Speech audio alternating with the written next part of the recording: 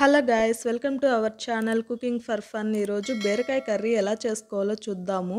ముందుగా స్టవ్ మీద ప్యాన్ పెట్టుకొని ఆయిల్ వేసుకోవాలి. అందులో ఆవాలు, ఎండుమిరపకాయ వేసుకోవాలి. తర్వాత సన్నగా కట్ చేసిన ఉల్లిపాయ ముక్కలు, కొంచెం కరివేపాకు వేసుకొని ఉల్లిపాయల్ని బాగా ఫ్రై చేసుకోవాలి.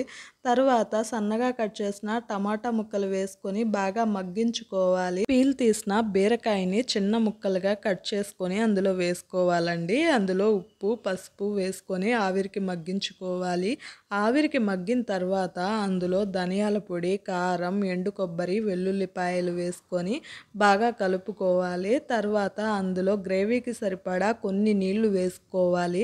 అంతేనండి, వేడివేడిగా బీరకాయ కర్రీ రెడీ అయిపోయింది. మీరు ఒకసారి ట్రై చేయండి. టేస్ట్ అయితే చాలా బాగుందండి. ట్రై చేసి ఎలా ఉందో కామెంట్ చేయండి.